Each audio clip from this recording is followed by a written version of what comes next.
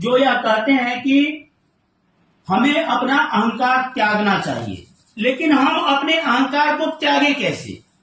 क्योंकि अहंकार का अर्थ है स्वरूप, अहंकार स्वरूप में ही है।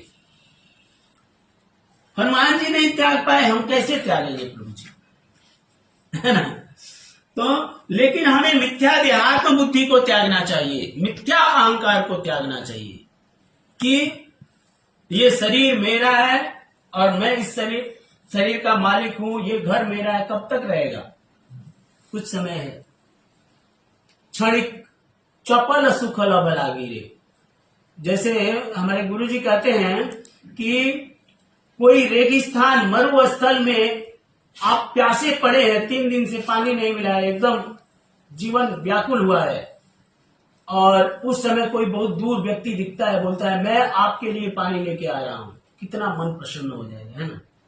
और वो एक बूंद पानी छोड़ देवे आपके जीवा पे, तो उससे आप तृप्ति नहीं होगी, आपकी तृप्ति नहीं होगी। 3 दिन से प्यासे हैं, एक बूंद अगर कोई जल दे दिया तो उससे तृप्त नहीं होंगे आप। तो ये चपल सुख, ये भौतिक सुख उसी तरह का है, उससे ज्यादा कुछ नहीं है। जैसे प्रभु जी ऊंट का प्रभु जी बताते हैं कि ऊंट जो होता है यहाँ पे कटीला घास को खाता है, कटीला घास को खाता है, और उसका जीवा में ना वो जोटा चूता है तो रक्त निकलता है, और रक्त के साथ जब उस घास को खाता है तो सोचता है बड़ी आनंद मिल रहा है। अरे तुम खुद का रक्त खा रहा है, कहां से आनंद मिल रहा है? तो ये वास्तविक देहात्म बुद्धि वाले अहंकार को त्याग चाहिए।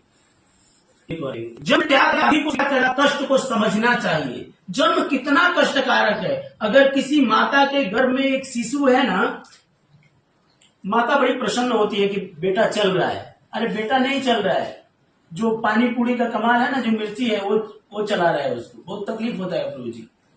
किसी भी आपके शरीर पे अगर मिर्ची लग जाती है तो कितना समय तक उसका जलन होता है।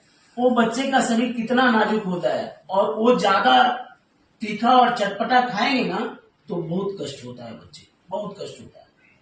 और ऐसा कष्ट हम लोग को बार बार क्यों झेलना है? जब तक हम भगवत धाम नहीं जाएंगे तब तक जन्म मृत्यु जरा व्याधि दुख दोषानु दर्शन करते रहना पड़ेगा। तो जन्म मृत्यु जरा तथा व्याधि को स्वीकार करने का कष्ट को समझना चाहिए।